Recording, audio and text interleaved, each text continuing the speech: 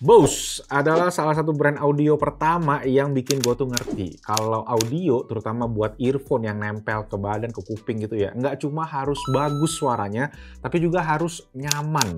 Waktu itu earphone pertama gue yang Bose itu adalah Bose MIE2, Mobile In-Ear 2. Itu tuh nyaman banget dan suaranya juga oke.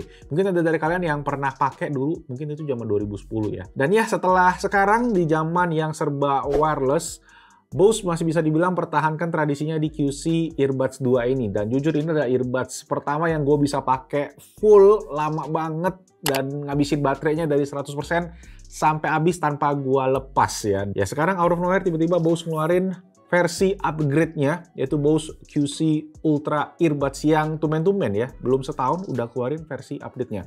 Apa aja bedanya? Kita bahas lengkap di video kali ini. Let's go!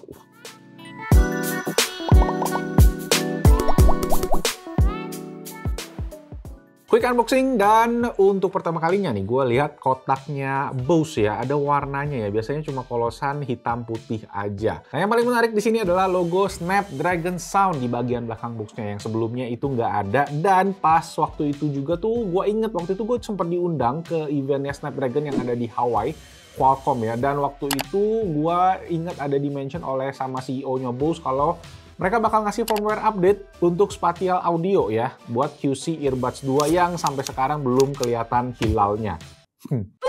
Oke, kita langsung aja cek ke dalam, dan di sini kita langsung ketemu sama Bose QC Ultra Earbuds-nya ya. Kemudian di bawah ada sisa aksesoris-aksesorisnya berupa kabel, dan juga ada ear tips serta ear hook-nya. Dan inilah dia Bose Quiet Comfort Ultra Earbuds-nya ya. Nah ini masih sama persis ya dengan Quiet Comfort Earbuds 2 secara bentuk ya. Pembedanya cuma di logo case-nya Bose ini aja. Yang mana di versi Ultra ini kayak pakai glossy glitter gitu ya, dibandingin versi sebelumnya yang emboss. Nah buat earbuds-nya sendiri, again secara bentuk sama persis, cuma beda tipis di bagian finishing cover luarnya aja. Yang mana yang Ultra sekarang pakai warna kayak abu-abu metalik kayak gitu. Nah, satu lagi pembeda ada di bagian ear hook, di mana versi Ultra udah punya semacam pengunci gitu ya, kayak lobang begitu buat mencegah ear hooknya tuh goyang. Nah jujur gue sendiri nggak ngalamin ear hook yang goyang-goyang di QC Earbuds 2, tapi ya mungkin kuping orang beda-beda ya. Cuma memang kalau ditarik di QC Earbuds 2 ini lebih gampang geser dibandingkan sama di QC Earbuds Ultra yang sekarang udah ada kayak semacam penguncinya. Mungkin kalau dari kalian ada yang ngalamin, boleh banget di-share di komen di bawah. Sekalian boleh banget klik tombol jempol sama subscribe ya kalau kalian belum. Oke, so itu tadi dari segi fisik, bedanya memang nggak banyak ya, tapi beda banyaknya itu ada di bagian fitur, terutama tadi ya di bagian Snapdragon Sound. Apa itu Snapdragon Sound? Ya kalau secara simple mungkin kalau gue bilang fitur barunya itu adalah di spatial audio. Kalau di Bose ini namanya adalah immersive audio. Walaupun sebenarnya banyak fitur teknis lagi ya dari si Snapdragon Sound yang ada di versi Ultra ini yang nggak ada di versi sebelumnya. Oke, kita bahas si immersive audionya dulu ya. Jadi immersive audio ini ngebuat seakan kita itu ada 180 derajat ya, kayak suara di sekitar kita, terutama di bagian depan kayak gitu. Nah, ada dua mode spatial audio yang bisa kita pakai di sini, yaitu mode still dan motion. Still di sini kalau buat lagu tuh seakan kita kayak ada yang nyanyi di depan muka gitu ya, kayak berasa nonton konser lah bisa dibilang. Sedangkan yang motion itu tuh kayak head tracking gitu, yang mana suaranya kayak ngikutin pergerakan kepala kita. Nah uniknya dari si immersive audionya Bose adalah lagu yang kalian denger itu nggak harus Dolby Atmos untuk mendapetin spatial audio experience-nya tadi. Nah misalnya dari Spotify yang nggak support sama spatial audio ya, immersive audio itu bisa dibikin seakan dia tuh jadi spatial audio gitu. Jadi kayak sama halnya juga dengan video YouTube, yang mana seakan suaranya itu jadi keluarnya dari HP bukan dari earphone kayak gitu ya.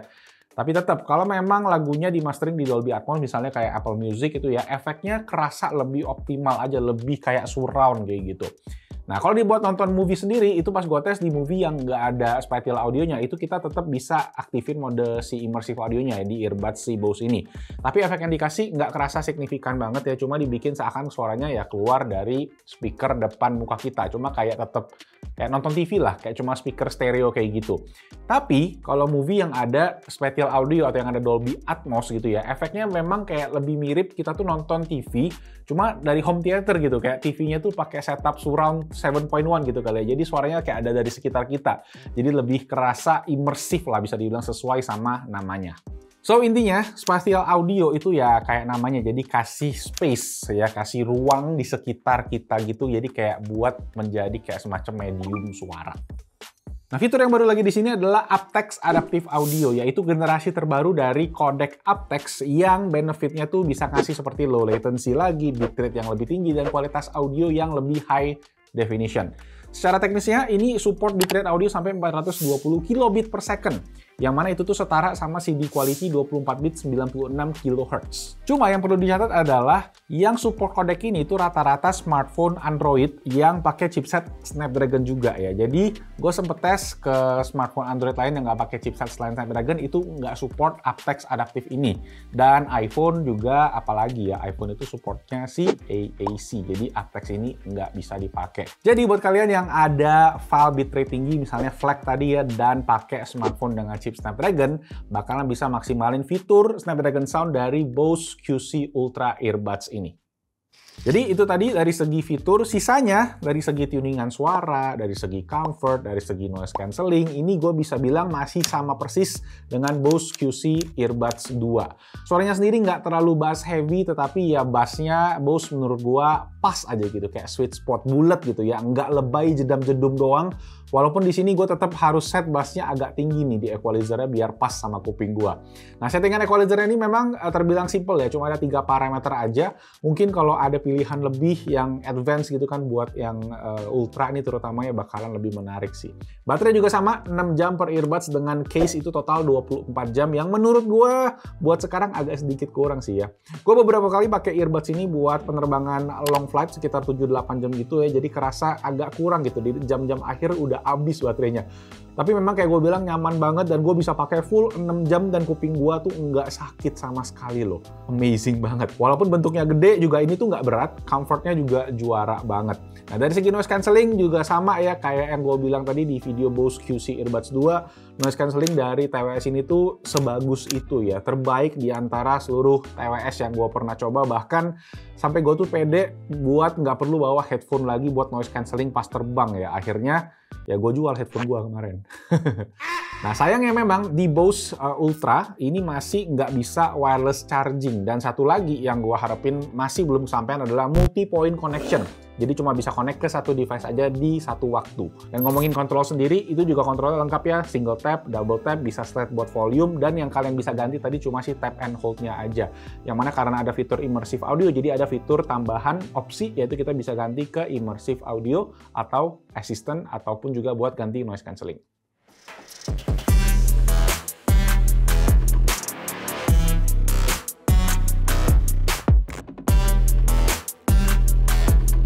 Oke, terakhir dari segi harga. Bose Quiet Comfort Ultra Earbuds ini dibanderol di harga resmi 4,999 juta rupiah.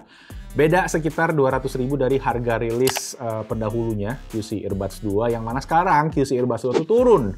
Harganya jadi 4.299 juta. Bedanya sekarang jadi sekitar 700.000 rupiah di antara keduanya. Dan apakah itu worth it? Menurut gua kalau kalian yang bisa maksimalin si Snapdragon Sound tadi ya, iya, ini bakalan worth it buat kalian, terutama ya kalau kalian audiophile ya yang punya file bitrate audio tinggi, itu bisa dipakai di sini dengan catatan HP-nya juga support si Snapdragon chipsetnya. Tapi kalau kalian yang masih pakai QC Earbuds 2, menurut gua pun ini masih oke banget, dan karena harganya turun tadi jadi value for money. Mungkin kalau kalian yang pengen cuma ya nggak pakai chipset Snapdragon, ya intinya you guys can go wrong with both of this gitu ya. Dua-duanya oke, noise cancellingnya super quiet, earbudsnya juga super comfort, sesuai sama namanya yang Quiet Comfort. Oke, that's it. Thank you semua buat teman-teman yang udah nonton. Semoga videonya bermanfaat. Dan kalau ada yang mau ditanya lagi, boleh langsung di komen di kolom comment section di bawah. Itu aja, nama gue Marvin. See you guys on the next video. Ciao. Ultra. Tapi warnanya pink.